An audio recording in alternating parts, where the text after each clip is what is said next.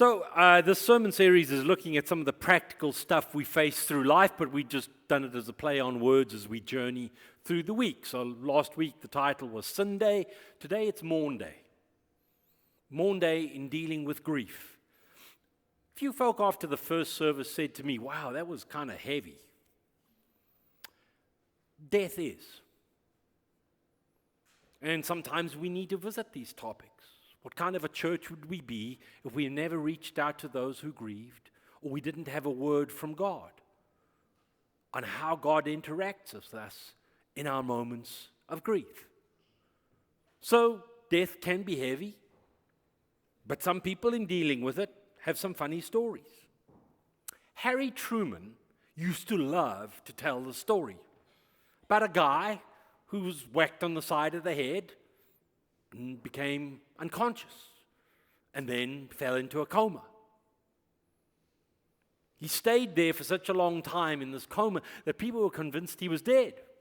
So they put him in a casket. This guy woke up at 2 o'clock in the morning, alone in a dimly lit room, in a casket. "Good night," he said. "What's going on? If I'm alive, why am I in a casket? And if I'm dead, why do I have the urge to go to the bathroom?"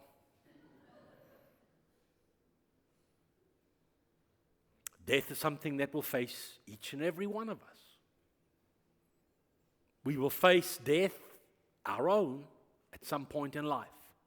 And death will face us as we lose loved ones throughout life. It's not going to go away.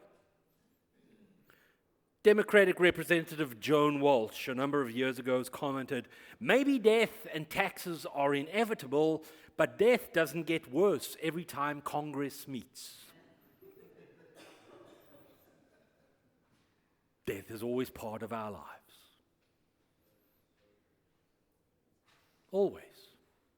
But so is the message of eternal life. That life doesn't end at death. It continues in ways that we don't always see and that we don't always understand. Now, how we talk about this conversation about death and grief can be healthy and it can be unhealthy, depending on how we face it, how we see this life, how we see death in this life, and how we see life beyond this. Often we don't want to talk about our own mortality. Some people don't like to do that. They just don't want that conversation with their family or their friends. The thought of planning their own funeral seems morbid. Some people just battle dealing with that. But the fact is that we have to. When Coach Hooper was killed in a car wreck just a short while back, I think a lot of the kids that he coached and interacted with had their first experience with death in a personal sense in that moment. At some point, for the first time, we will face death. And we'll think thoughts of our own mortality. We may not admit to them, we may not speak about them, but the fact is that they're there. The facts are there. Somehow we have to deal with them. The struggle is that with the death of a loved one, death is kind of shoved right in our face. Again, there's healthy and unhealthy ways to deal with that. Here's an unhealthy way. If after the service you went to the website deathclock.com and sat and stared at it all of the time, that would be unhealthy.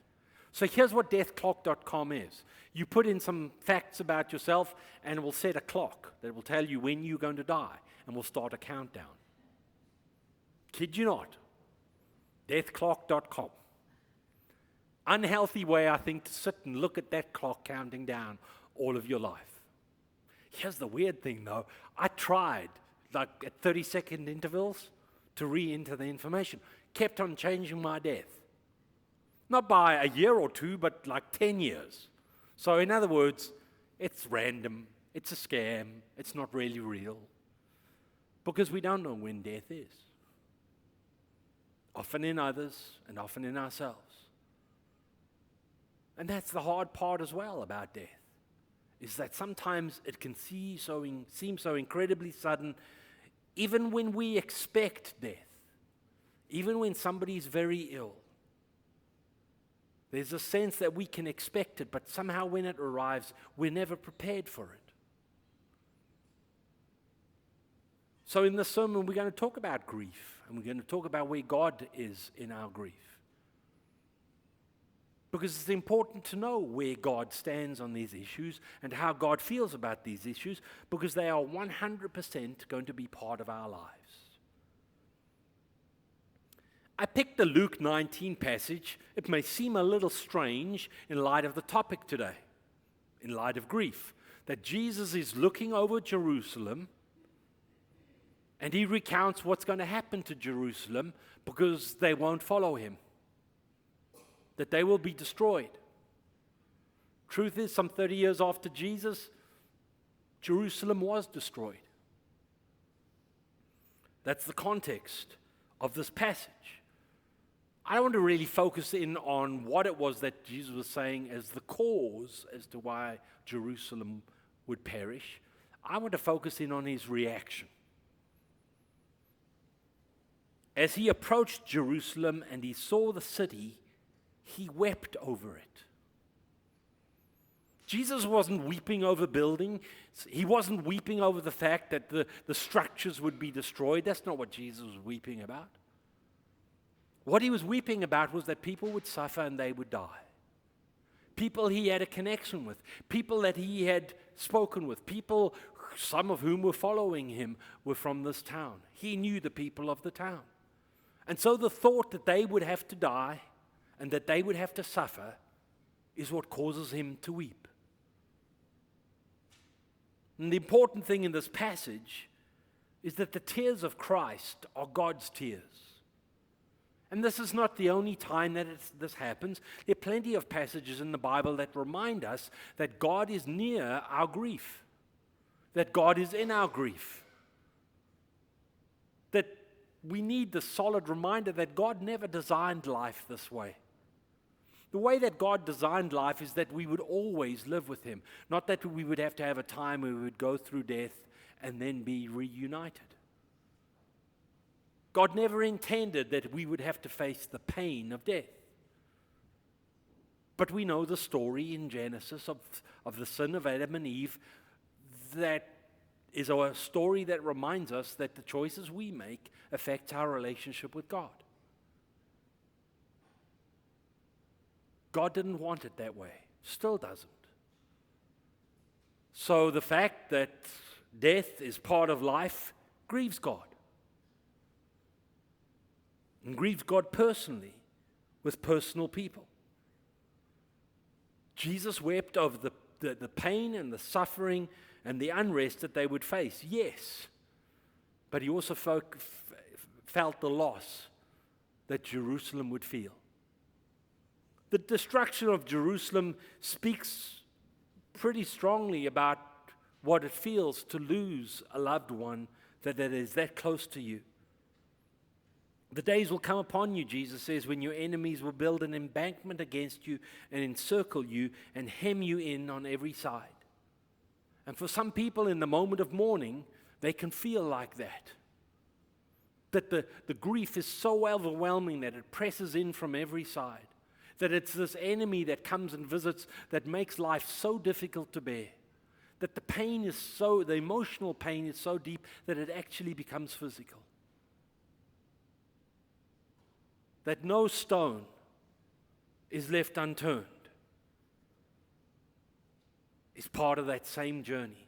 So what Jesus was saying to Jerusalem, what he was noting was going to happen to Jerusalem, I think is a great description of what grief often feels like for people. And if you haven't been there yet, I'm asking you today to pray for those who have. I'm asking you to be compassionate about those who have. Because grief can be very, very, very painful and deep. Everybody grieves differently. No one grieves the same. But there are common experiences. And one of those is that sense of loss. The word Jerusalem means abode of peace in Hebrew. But the city of Jerusalem, history records, was so devastated after its destruction that a plow was pulled across its center. Some people describe grief like that, like a plow is just being pulled through the center of their lives, unearthing all kinds of different things. Things that are sometimes agonizing to face and agonizing to feel. But I want you to know that even in that midst of that agony, God is there. It may not feel like it, because sometimes the feelings of grief that come along with it are so overwhelming that God seems to fade. But that doesn't mean that God isn't there. God is there in all of his strength and all of his power. The Romans 8 passage. For I am convinced that neither death nor life, nor angels nor demons, neither the present nor what lies ahead, and sometimes grief has fear for what lies ahead, nor any powers, height or depth, or anything else in all of creation will be able to separate us from God. Nothing. Even in your darkest moments of grief, nothing separates God's love from you. Again, you may not feel like that. You may feel that God has abandoned you. But God hasn't. Hear that truth this morning. Be reminded of that truth. Some who've been through grief describe different feelings that seem to happen pretty commonly. Maybe a sense of denial. I just can't believe this has happened, that somehow our minds are so overwhelmed at the loss of someone we love, we can't marry it into reality. Even in that moment of denial, even in that moment where you just can't glue the ends of life together, God is there. Sometimes people feel angry at the death of a loved one. They may be angry at the person for leaving them. Somebody after first service said, my daughter, when she lost her husband, was angry at anybody who was happy. Because how could life just move on when hers had suddenly stopped? So anger is often part of the grieving process. Some people get angry at God. God, how dare you allow this to happen? Some may blame God. God, you caused this to happen. Even in that anger, God is there. Your anger does not separate you from God. Again, it may feel like it, and the anger may be so deep that you're aware of the fact that you want little to nothing to do with God. Even in that moment, you're not separated from God. Sometimes grief brings depression, enormous depression in people's lives, where it feels so dark, and they feel locked in this room. That's why I think the siege of Jerusalem that Jesus described, some ways describes some people's experience of death. Even that sense of depression, even in that hole that feels so lonely, even in depression that feels like it's going to rip your innards out, God is there. It may not feel like it. Your mind may tell you, surely God can't be in a place like this, but God is. Nothing can separate us from God's love. The Bible never condemns grief. The Bible never condemns grief. Bible doesn't say those feelings are failures in your relationship with God. They are very, very real. Part of the tears and part of the ache is part of the process. Part of those emotions are ways we express the struggle. I don't know who wrote this, but I thought it was very powerful. Tears discharge the insupportable agony of the heart. Tears discharge the insupportable agony of the heart. God gives us ways to express our grief and to express our memories, to express our loss. So even in those feelings, God is there. But we also are encouraged to remember the bigger picture. The bigger picture that life does not end with death. It's not a wall that we hit and then we just drop into a pile of memories. As Christians, we know that there is hope in our resurrection. Not just hope in the sense of wishful thinking. I hope I'm resurrected to be with God. I hope I'm in heaven. No, as a Christian, Scripture tells you, you are. You will be in God's presence in a new and a different kind of way. So that's sometimes why it is that how we approach death is healthy or unhealthy. I really obviously didn't officiate this funeral, but I once attended a funeral of an atheist. And the words at that funeral was that life, you hit a wall and life stops and that's it. And I've visited with other atheists who tell me the same thing. That when life ends, that's it. As Christians, we don't see it that way. Henri Nouwen, in a book called Life of the Beloved, writes this. Yes, there is such a thing as good death. We ourselves are responsible for the way we die. We have to choose between clinging to life in such a way that death becomes nothing but a failure, or letting go of life in freedom so that we can be given to others as a source of hope. This is a crucial choice, and we have to work on that choice every day. If our deepest human desire is indeed to give ourselves to others, then we can make our death into a final gift. Death does not have to be our final failure, our final defeat in the struggle of life, our unavoidable fate. It's all how we see it. So even in moments of grief and in moments of loss, there's an ability to see that death is not the ultimate victor. I'm not saying all, but I think sometimes, and some in the medical profession, see death as a failure. It's not in the Christian sense. It's a victory. Again, it doesn't feel like that when you're grieving someone, when you're very aware as you sit here this morning that you love them and you feel lost without them and you miss them. But please remember, there's always a picture beyond the picture that we experience. It's a picture of God's welcoming arms, open arms. It's the picture of the promise of life beyond this life, that there is hope in that. Indeed,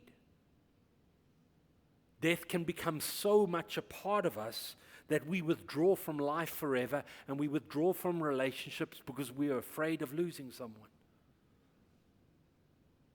But the alternative picture is God's, who says, continue to trust. Continue to allow me to work through your life, even when your life feels still abandoned and useless. Continue to allow me to be part of that. Death can be a source of hope because of our faith. And that faith in itself can help us change the questions about death.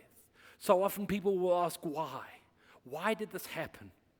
Why did I lose this person? And sometimes faith can shine a different light, where we begin to ask different questions. God, where do I go from here? God, what happens now? Those are different questions than why. Questions of where and what speak of God continuing to work in and through our lives.